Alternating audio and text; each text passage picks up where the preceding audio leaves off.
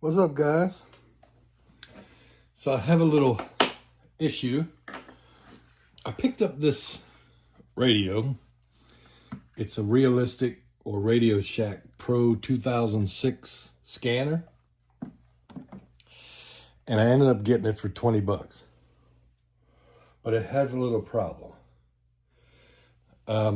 It had some broken plastic, but I found one on eBay that was for parts that was another $20. I think it was like $10 for shipping. So it was like 30 bucks. So 50 bucks total. Problems with the radio that I had was the plastics. Like I said, the plastics were all busted. These buttons were all brown. It looked like it was in a smoking environment. So somebody who smoked. So my idea was go on eBay and get that other radio and use parts to get this working again. The biggest problem that this has is that the display, the backlight on the display doesn't come on. So what you can do, so I've already taken it off.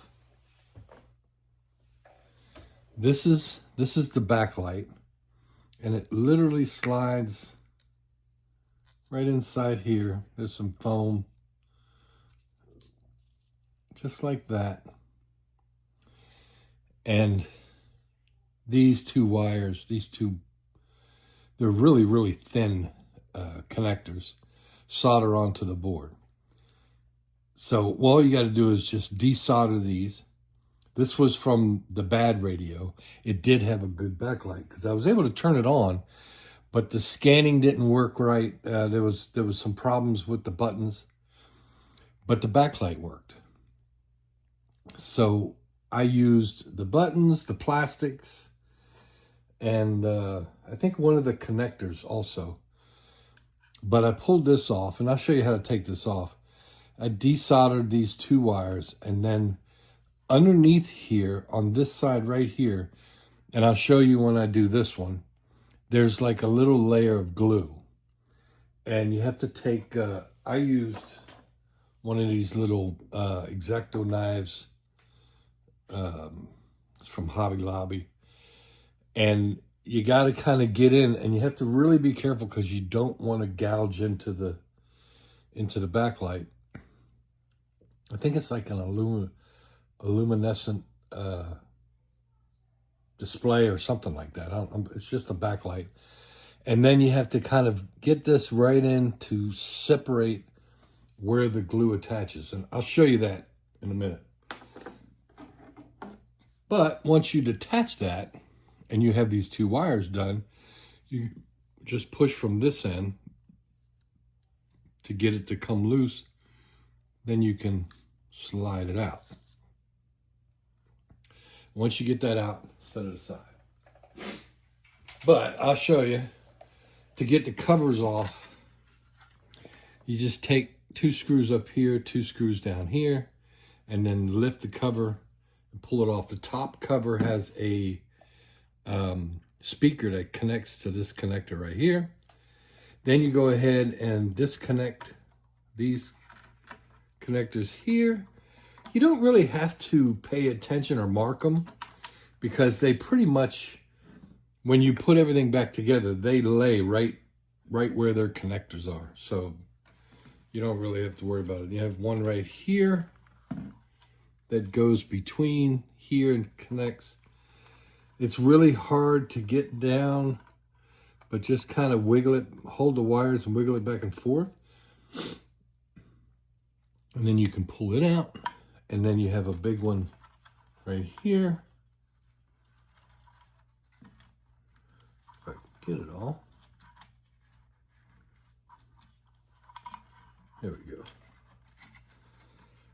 And then wiggle this one back and forth.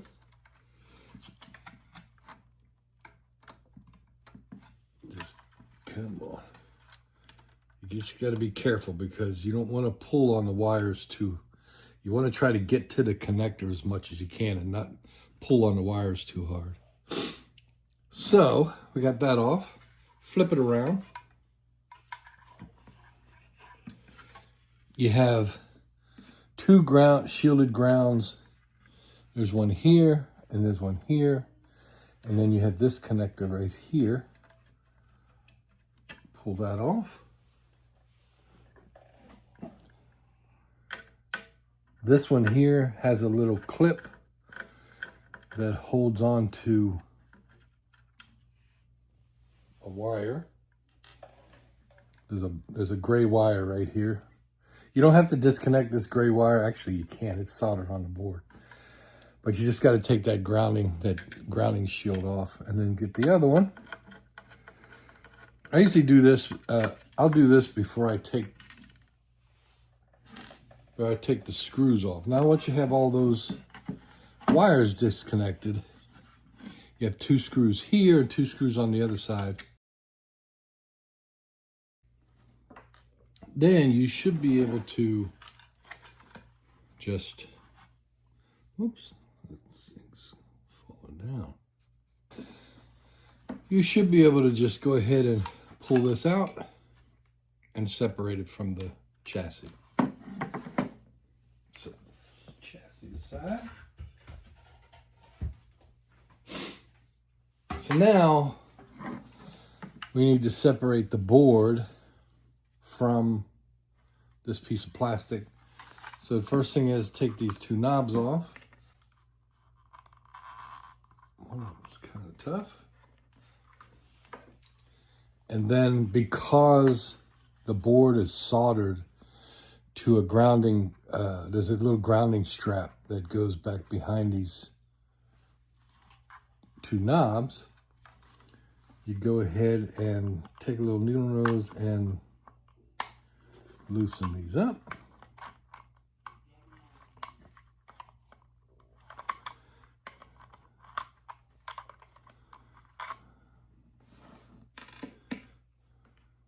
One.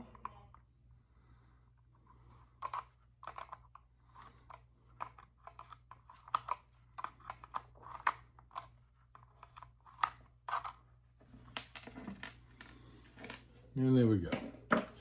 And then you should be able to pop these out.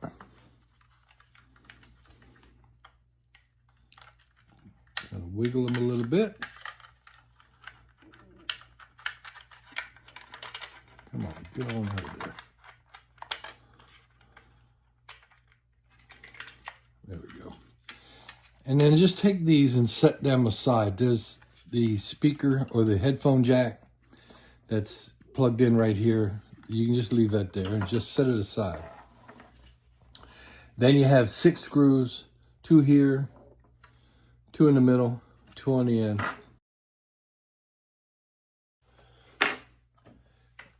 I know there might be some people that's going to criticize my soldering skills, which I really don't have much.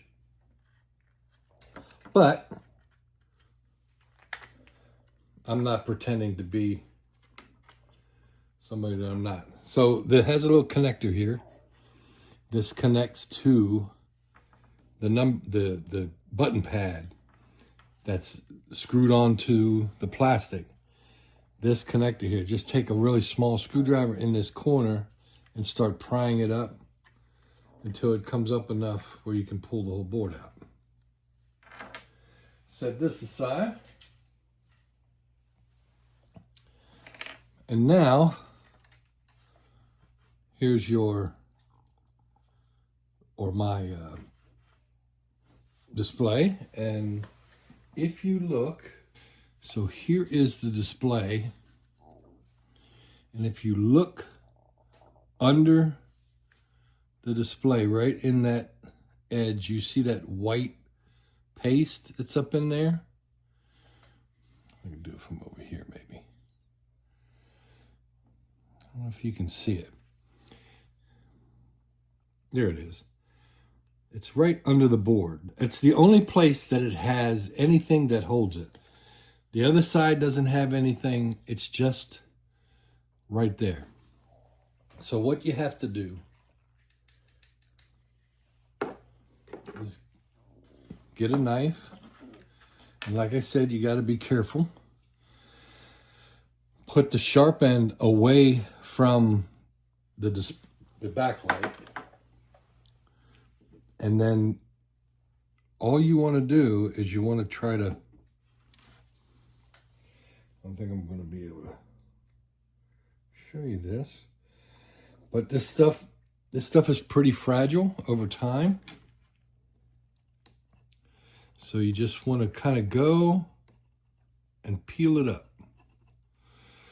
Not resting the knife. Don't rest the knife against the backlight. Rest the knife against this plastic bridge here. I'm trying to see if I can. And then just kind of with the non-sharp end against the backlight, and then this tip right up in there, just slowly go across, wedging up that glue, and just keep going.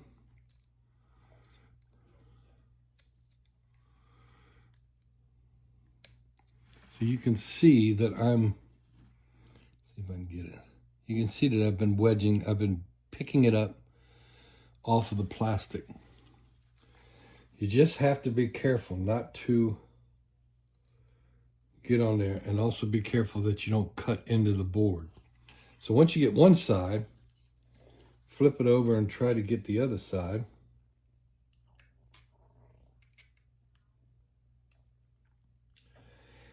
And if you get it just right,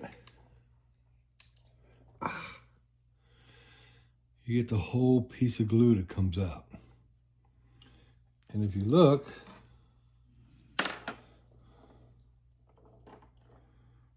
watch out for this. So if you look now, it's pretty much gone. And if it is gone, you should be able to push from this end, and you can get it to start moving back and forth. Now, desolder these connectors. I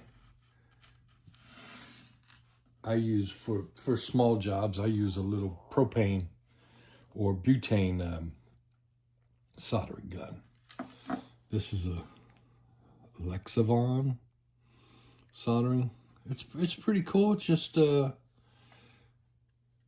has a fuel gauge down here, how much you want to do, and a lock.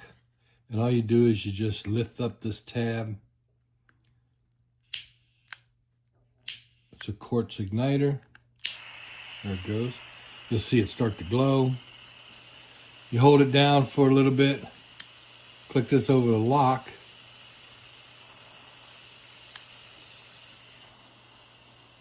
Let's see.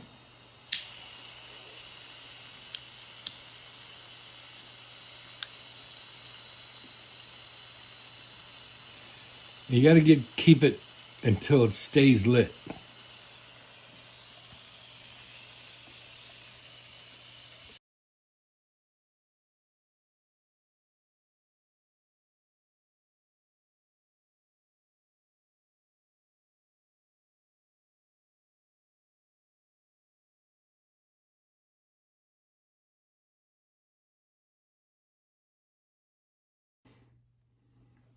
All right.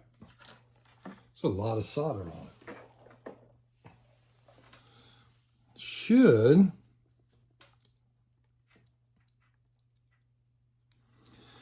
be able to just pop this up. Pop this one up. Hopefully this one's clear. Nope, I gotta.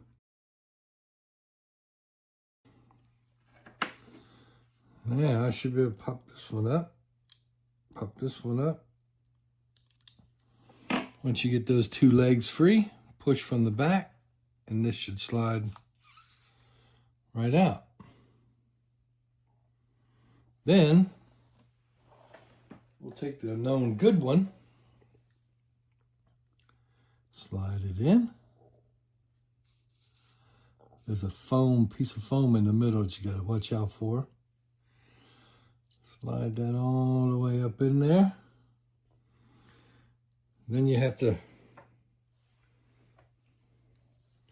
get those two legs into the holes. Yeah, it ain't pretty, but it'll do its job. Add me some flux on here.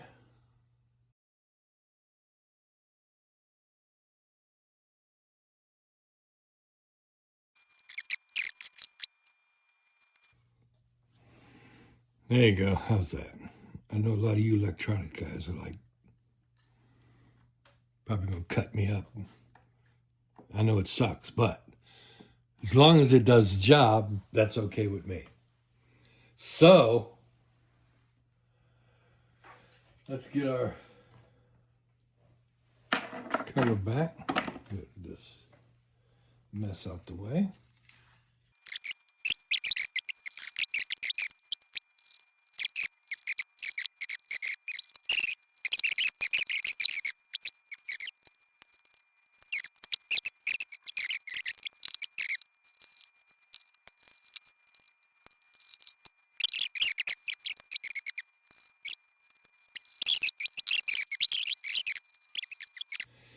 Now, I'm not going to put the cover on yet. I want to see, am I successful? Make sure it's off. See if does it work or did I blow it up? So turn it on. And then you have a button here.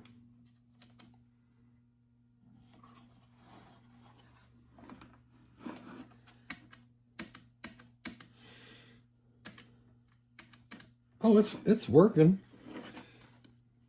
I don't know if you can see it though.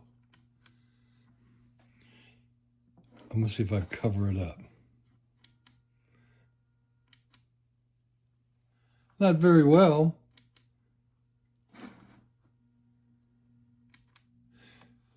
But I didn't have anything before. So maybe I heard that you can go out and buy this luminescent strip and maybe on eBay or something, and it comes really long, and then you can trim it and then just solder, those 2 points together. It comes with a wire with 2 wires on it, and you can trim it to fit whatever you need. I may try that later, but at least I know this works. I mean, I'm not overly impressed. I'm impressed that I actually got it to work. I actually did it. Because like I said, I'm not an electronics guy. But I may try the strip thing to get brighter. Because the only other way I was getting this to work was to having to shine a light onto it so that I can see what it's doing. And I have, I might not have, I have some frequencies programmed in there. And this radio does work. I got weather radio on it. So that's what I got. That's my first time doing something like this. You have any questions? You got any critiques? Oh, you know what? I'm missing.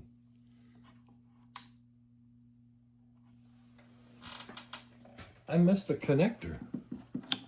I don't think that's going to make a difference. I missed this. I'm not really sure what it goes to. But let's get it plugged in. Look at that. It's like when you fix something and you get everything done and you look over and you got extra screws sitting around. Yeah, this was an extra wire just sitting there.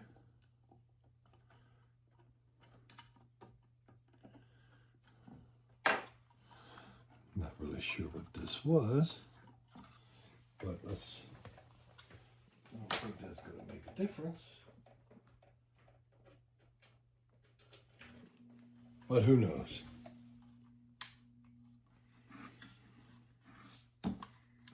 It's still